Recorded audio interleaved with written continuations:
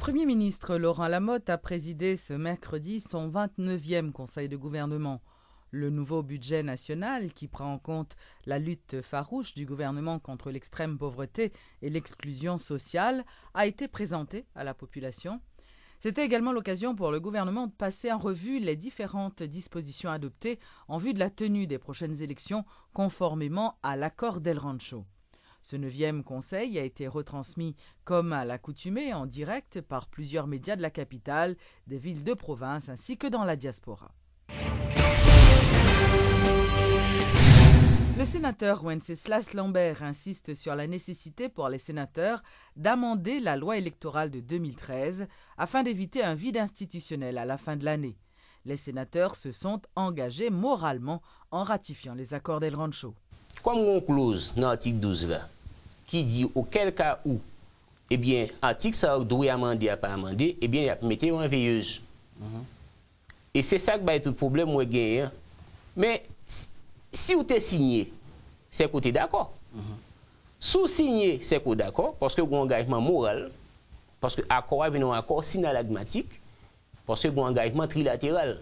Engagement avec l'exécutif, engagement avec le législatif de façon globale et pour engagement avec les partis politiques. Donc, son accord trilatéral ou engagement trilatéral.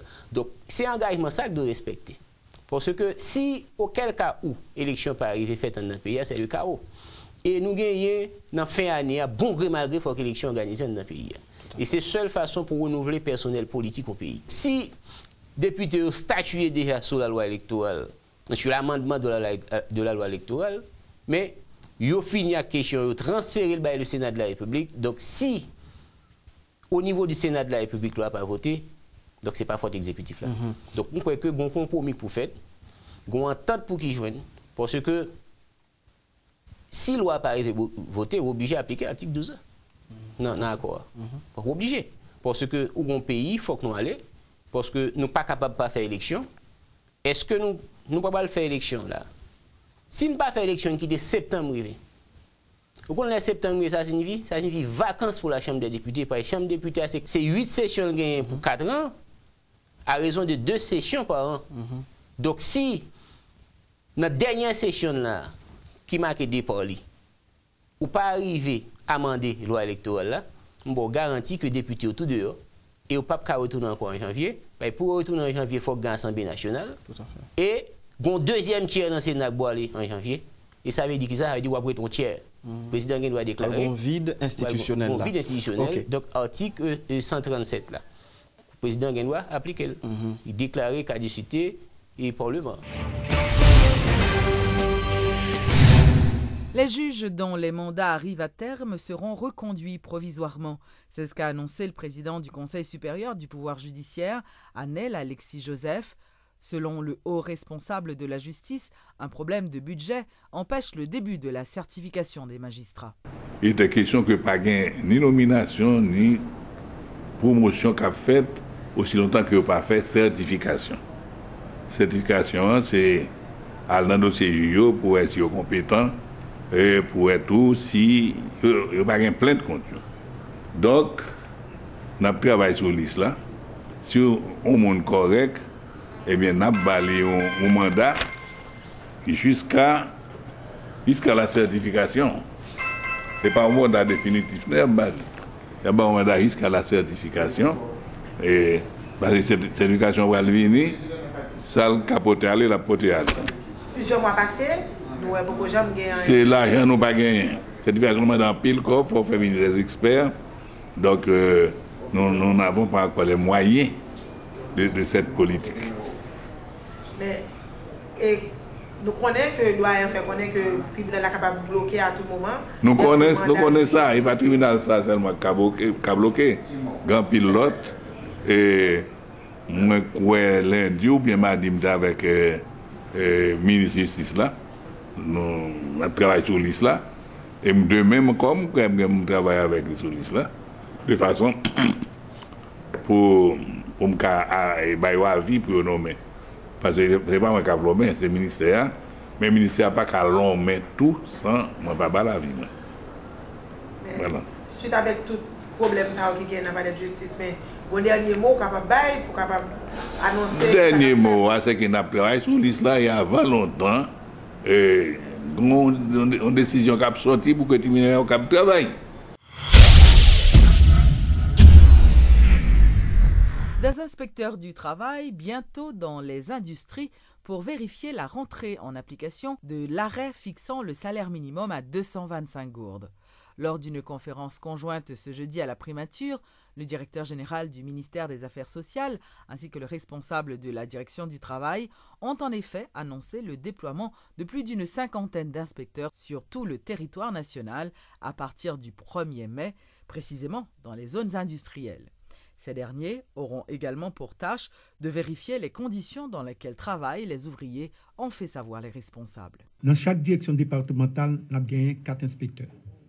Et chaque direction départementale a gagné un véhicule qui peut permettre de faire inspection convenablement. Parce que dans le temps, inspection, pas de cas fait, j'en développe parce que pas de moyens. Donc maintenant, toute direction départementale, ministère des Affaires sociales, a doté d'un véhicule qui peut permettre que l'inspection réalisée. Ça, c'est un. Département de l'Ouest, nous avons au moins une vingtaine d'inspecteurs.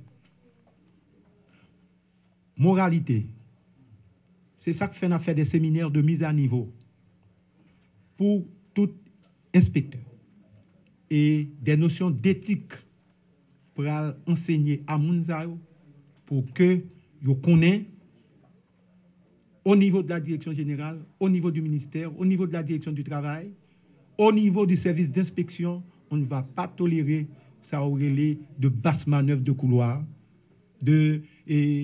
d'activités louches. Donc, nous ne pouvons pas tolérer ça au niveau du ministère des Affaires sociales et du Travail. L'inspecteur du travail, au regard de la loi, eh bien, il n'a pas besoin d'autorisation pour l'entrée dans l'entreprise.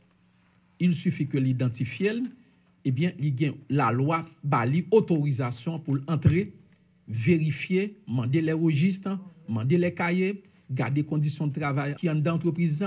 Est-ce qu'il y a une toilette? Est-ce qu'il y a une cafétéria? Est-ce qu'il y a de l'eau potable pour ouvriers, etc. Et il son rapport.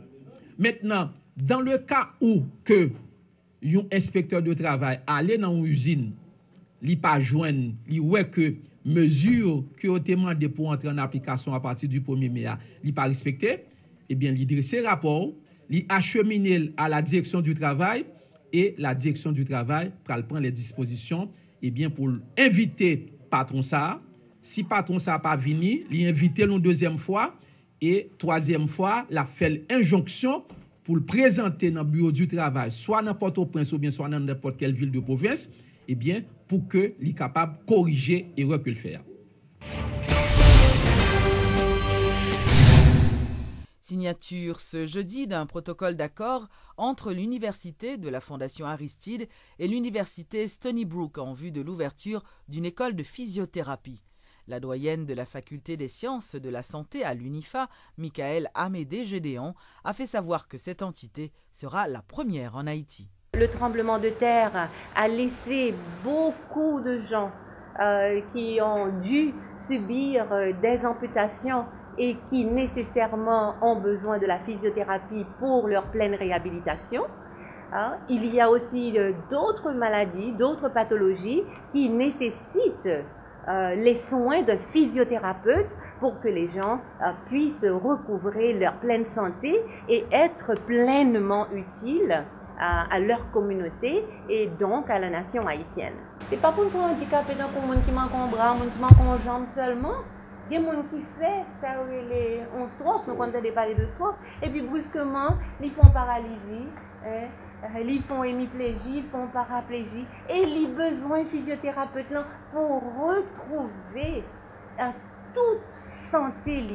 Docteur, fait empathie, miss, fait empathie, mais le fin fait partie qui s'est fait traitement clinique, traitement médical, patient, malade là, et puis il faut lui remettre en physiothérapeute. Des fois, ce physiothérapeute là, c'est apprendre, il peut apprendre reparler, parler encore.